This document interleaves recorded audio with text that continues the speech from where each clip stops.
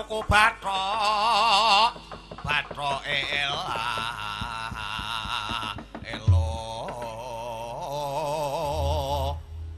si Rama menyang Sala lek oleh payung mutra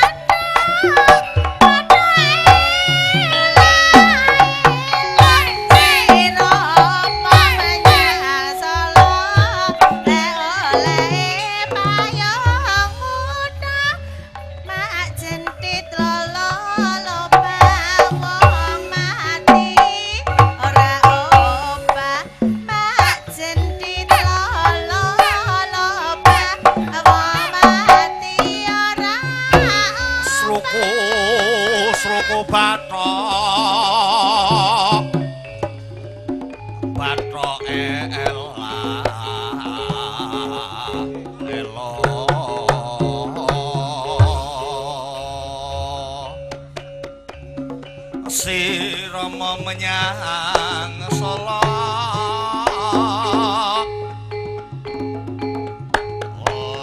oleh payung mutra macet pit lolo wong mati ora obah yen obah medeni bocah yen urip golek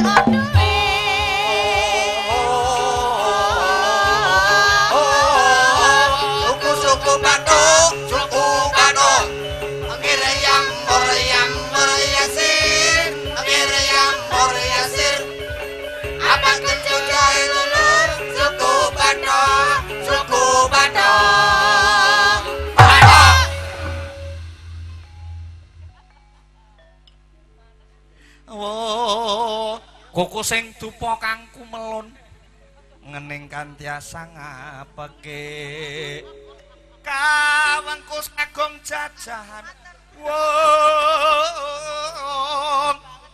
nanging sangedang iki sang rasi kaneka putra kang anjlok saking wiyati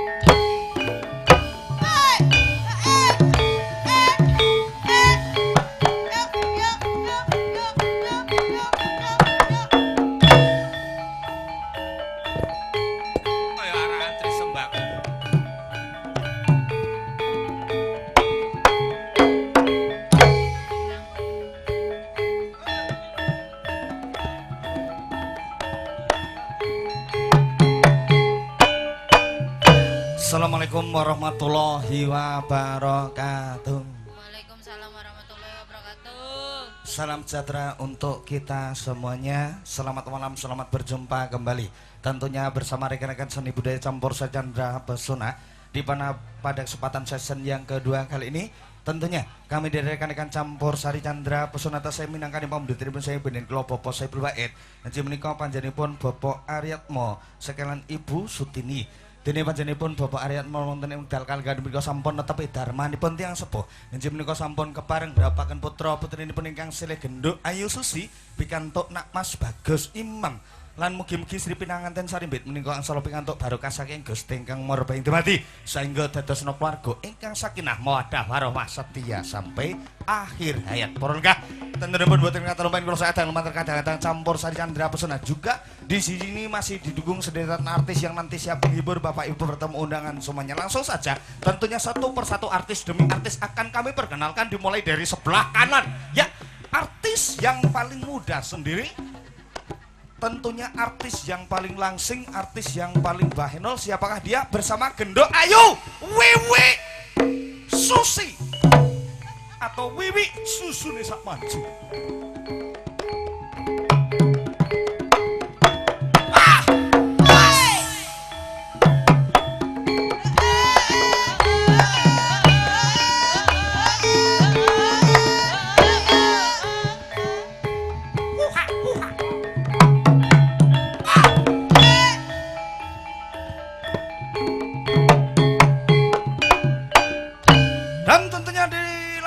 Yang kedua, artis yang belum lama ini tentunya mungkin Bapak Ibu sudah sering kali melihat di belantika musik dangdut. Ya, tentunya langsung saja artis dari Kalijodo. Siapakah dia bersama penampilan si cantik jelita Diana?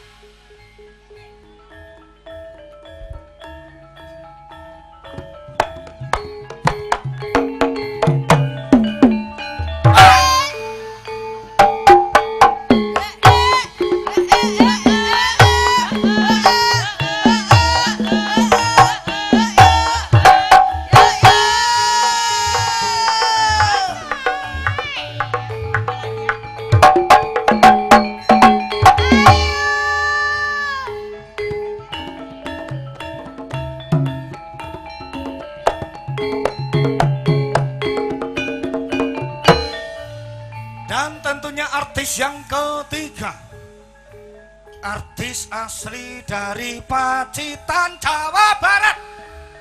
Yes. Yang tentunya sudah terkenal dengan makanan khas, apalagi kalau bukan empek-empek dan peyem. Gendok Ayu Teki Kusumawati.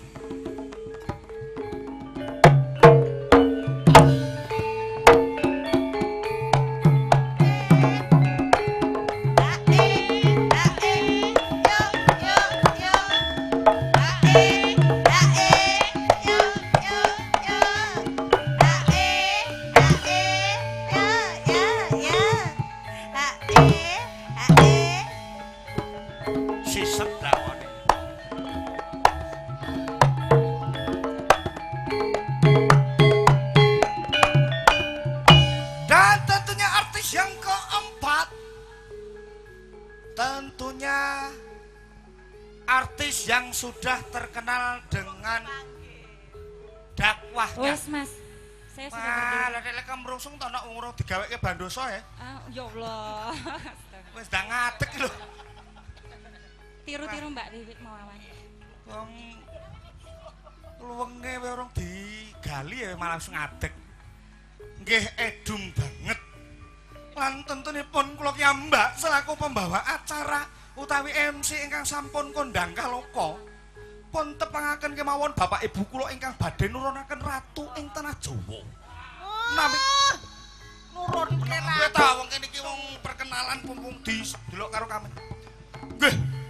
Kula ingkang kekasih ingkang asma sinebat. Iya, Raden Mas Insinyur Dr. Andes Profesor Dr. Letnan Kolonel Haji. Jenderal kula rakyat biasa. Nah, Pun sinebat bagus gendir penjalin kanthi menika sugeng lelenggahan kanthi mardu mardi kaning kali lumantar kadang-kadang campur sacandra pesona candra pesona candra pesona didukung bakso busri menerima hutang bon dan lain sebagainya dijamin mules nek mangan mules ngokokean sambel kok ya pancen.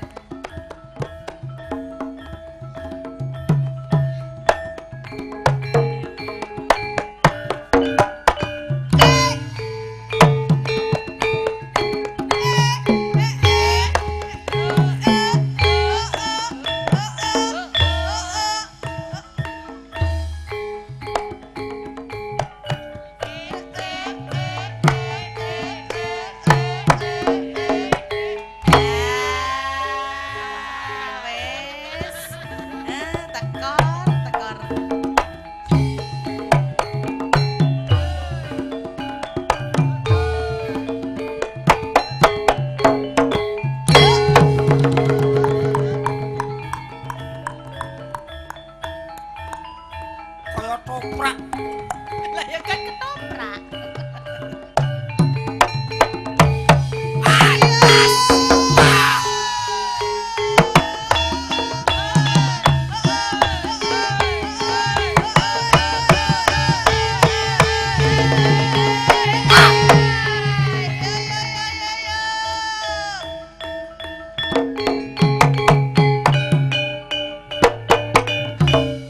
Tentenipun kabarwakan pepanggihan ing dalu kalenggan menika salam taklim saking kadang-kadang campur sari candra pesona ayo ngguyu dadas